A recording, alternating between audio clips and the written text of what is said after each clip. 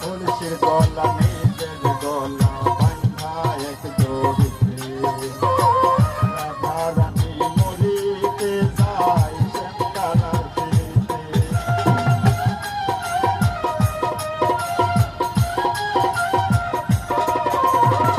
তুলসীর গলা নিজের গলা বান্ধা এক জড়িতে রাধা রানী মরিতে যায় শ্যামকালার তীরে।